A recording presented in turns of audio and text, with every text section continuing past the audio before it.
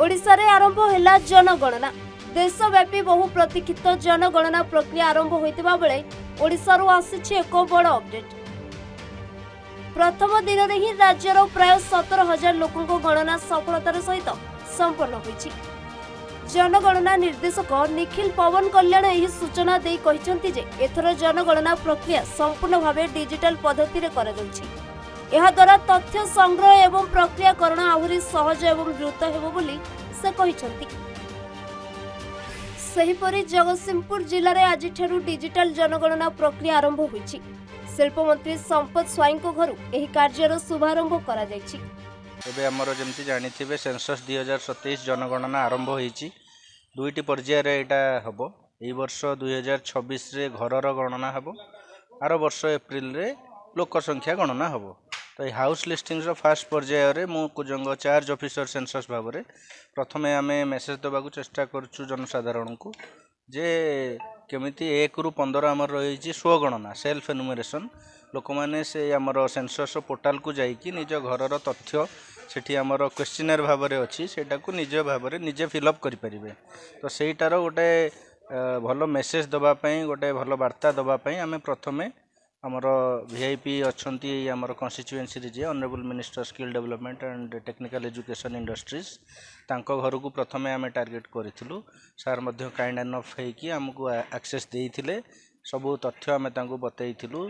से निजे site visit करथिले तांको मोबाइल रे घरर जे रिप्रेजेंटेटिव अच्छी तो से निजे सेटा को विजिट करिकी जेमती आमे मार्गदर्शन तांको देखैलु एमती एमती आगु को स्टेप बाय स्टेप करिवे।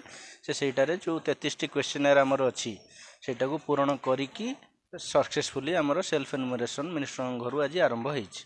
तो एई माध्यम रे आमे समस्त को जनसाधारण को आह्वान करिवु से माने एई 1 रु 15 एप्रिल 1 रु 15 जो समयटी रहिछि स्वगणना रे भाग नियंतु एवं निज आड़ू स्वतःप्रभुत्व भाव में यही सेल्फ एनुमरेशन कार्य रे भाग नहीं कि सेंसस 2027 जो आमर टार्गेट गोल रही अचीव करियारे हमको साहाय्य करते। निश्चय राज्य सरकार एवं केंद्र सरकार तरफ डायरेक्टर सेंसस तरफ आपड़ देखिथिबे विभिन्न गणमाध्यम सोशल मीडिया रे बारंबार प्रचार प्रसार करा जाउछि। आज फास्ट दिन रही आगामी समय आमे मध्य एटार विपुल मात्रा रे प्रचार प्रसार करिवु। विभिन्न पोस्टर लिफलेट बांटिबु। आमर जेमती देखुछंती एठी एई रंगियागढ़ गाँ पे आमर टीचर अच्छी श्रीधर बाबू अच्छी कोठी स्कूल से टीचर अच्छी सी तांको एनुमरेटर भाव में दायित्व दि जाइए। एमती 353 जन एनुमरेटर आम आइडेंटिफाई करिछु। से विभिन्न एरिया जमती जुरिस्डिक्शन बंटा जाइए से घर घर बुलिकी सेल्फ एनुमरेशन 15 तारिख सरला परे एप्रिल 16 रु आर मास मे 15 जाए से घर घर बुलिकी हाउस लिस्टिंग करेंगे। तो यही माध्यम विचार प्रसार एवं प्रचार करा जिवो। कुजंग तहसीलदार स्वरूप नंदन बेहरा मंत्री को निवास को पहुंची प्रथमे जनगणनार सविशेष तथ्य संग्रह करथिले। परे सही तथ्य को डिजिटल माध्यम रे अपलोड करा जायतिला। सरकार को निर्देशित मार्गदर्शिका अनुसार एही जनगणना कार्य चलिछि। एथिपाई मोट 34 टी प्रश्न निर्धारित होइछि। घर परिवार रो मुख्य जानवाहन एवं जमी जमा संबंधी सविशेष तथ्य देवाकू लोक मानकू कुहा जाइछि। एप्रिल 1 रु 15 तारिख पर्यंत लोक माने निजे मध्य वेबसाइट माध्यम रे तथ्य दे परिबे। एही प्रक्रिया को सुचारू भावे संपन्न करिबा पई जिला प्रशासन पक्षरु विभिन्न स्कूल रो शिक्षक मानकू 3 दिनिया विशेष प्रशिक्षण दिया जाइछि।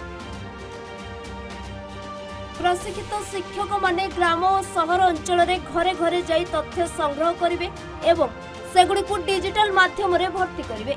डिजिटल पद्धति रे हेउतिबा एही जनगणना तथ्य संग्रह को आहुरी द्रुत और सठिक करिवे बोली आशा करा जाउछि। पारादीप रु सुमंत स्वाईं को रिपोर्ट सूचना टीवी 24x7।